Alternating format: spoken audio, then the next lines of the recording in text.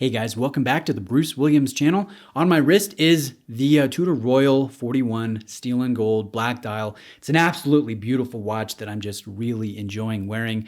Doesn't matter if I'm dressing up sharp in my sport coat or I'm just wearing a basic t-shirt and shorts. It's a fun watch, and I think it's a pretty good value actually for what the retail price is. Now we're going to be talking about buying a luxury watch today and some things that you should not do. And if you do these things, you need to cut it out. You need to learn from your experiences, and you don't want things that reflect poorly upon you as a buyer. Now, these instances, they can take place at an authorized dealer, or they can take place on the secondary market if you're trying to buy a watch from, an individual or perhaps a reputable dealer. Don't do these things that I'm about to list here. And if you see me looking down, referencing my notes, I'm just looking at my bullet points here. But the first thing is don't say, Joma Shop has this watch for X amount. Don't try to use the gray market as a bargaining chip to help you get the lowest possible price.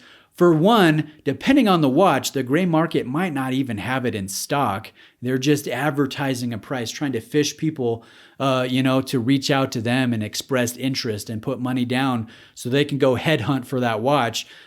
No, it kind of shows that it shows that seller, whether it's the authorized dealer or whether it's a reseller on the secondary market, that as a buyer, you're not very serious and you're probably not very experienced. You probably have never purchased a luxury watch before, and you might be more prone to having issues and, haggling over sales tax or over shipping or over extras that might be included or over condition if it's a used watch. You're not the ideal customer if you're a penny pincher and you go to the flea market, right? You're all about the lowest possible price.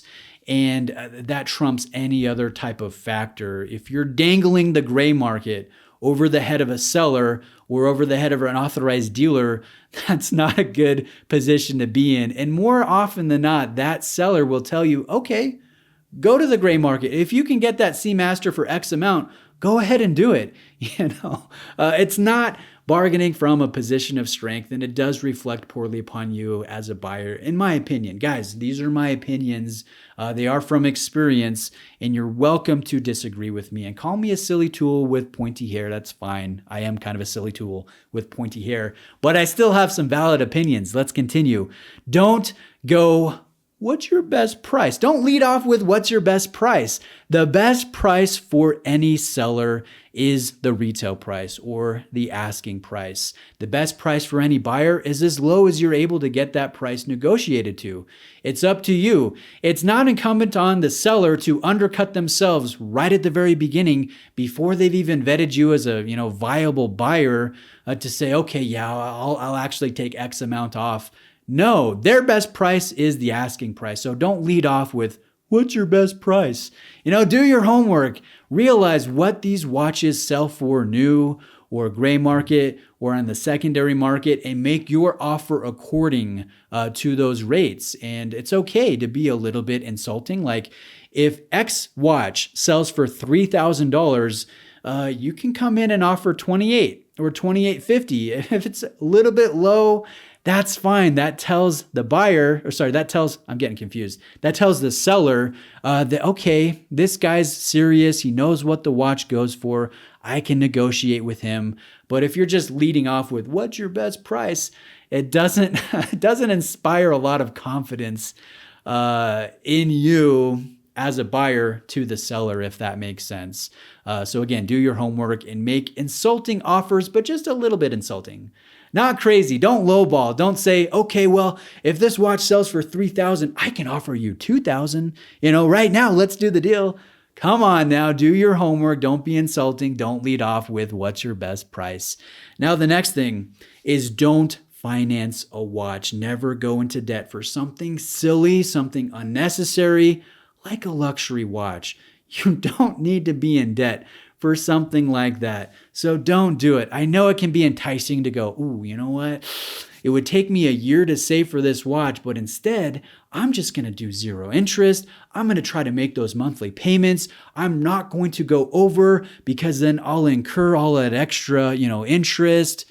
Don't play that game. If you can't buy a watch outright, if you can't pay cash, if you can't, do a wire transfer or a bank transfer, or if you can't use an existing credit card that you might already have and then pay it off before the end of the month so you don't get the interest tacked on to that purchase, don't buy the watch. You probably can't afford it. So that I think is just a good idea to be fiscally responsible in this hobby, and don't buy things that you can't afford. Don't overstretch yourself. It's not a good position to be in. Now, the next item here is this one bothers me personally. Don't negotiate before you're ready to do the deal, whether you're at the authorized dealer or, again, negotiating with a seller on the secondary market.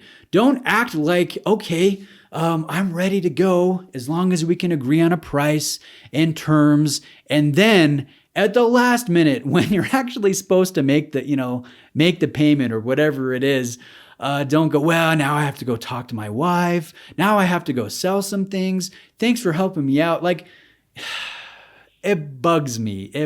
So there's nothing wrong with doing homework, but don't do it under a false pretense. Don't go in and waste 30 minutes of your authorized dealer time negotiating price, getting a winder thrown in, or this or that, or an extra strap, and then at the last minute to go, well, I'll go think about it. I'm going to go to lunch. I'll let you know, Don't negotiate before you're actually ready. I get viewers sometimes that reach out to me and go, Bruce, you know what? I'm looking for this Tudor or that Omega or this Breitling. Can you help me out? And I'll go, are you ready to buy? And they'll go, yeah, it's my Grail watch. I love this watch. I've watched all your videos. Excuse me. I'll go to my contacts, to the authorized dealers that I work with, and I'll find a price. I'll get a discount. I'll say, I've got a viewer. He's looking for this. What's the best, discount realistically that you could do? And I'll spend my time trying to help out this viewer that reached out to me. And then I'll go to that viewer and say, okay, here's your contact information. Ask for so-and-so. They can do this. And then, they go, well, thanks for letting me know. Now I know what I need to save for.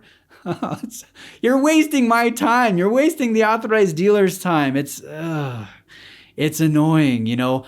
I have a normal job. I do videos, every 2 days on the channel. In addition to my normal job, I'm a father. I've got a family of 3. I have a bunch of responsibilities. I don't have time to be trying to get you a watch that you're not actually able or ready to purchase. So that one kind of bugs me personally. But let's go to the last 2 here. This one is a little humorous. I hope you find it humorous. I certainly do. Be realistic. Be realistic. Don't be entitled. Don't think that your money sets you above anybody else, because it doesn't with certain watches. I can't tell you how many times, well, probably less than 10, but more than 5, where someone reaches out to me and says, Bruce, help me get in good with your authorized dealer. I can spend $200,000 or $300,000 in X amount of months if you can help me get the watches I'm looking for, and I go, well, what are you looking for? And I don't even need to ask the question, because I know the answer. I know they want a Snoopy. I know they want a Nautilus. I know they want a Panda Daytona and a Cermet and a Pepsi and an Aquanaut and an Audemars Piguet Royal Oak, and every time, every watch on the list is, the hottest of hot watches on the market. And these people think that just saying, well, I'll buy all these watches if you'll let me spend my money. These authorized dealers, these resellers, they don't have any trouble selling these watches, and they're not going to sell it to some Joe Schmo who promises that they'll buy all of these hot models.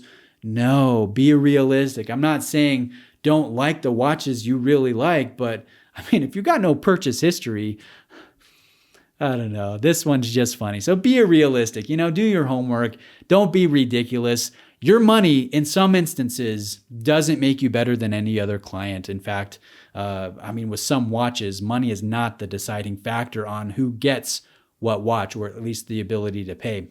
Now, the last thing I think this applies more toward the secondary market, and that is do your homework, read the listing. If the seller says, hey, I'm not interested in trades, don't try to peddle your stupid micro brand watch that you regret buying. Don't try to, okay, well, I know you said no trades, but what about all these trades? And it's like, no, I said no trades.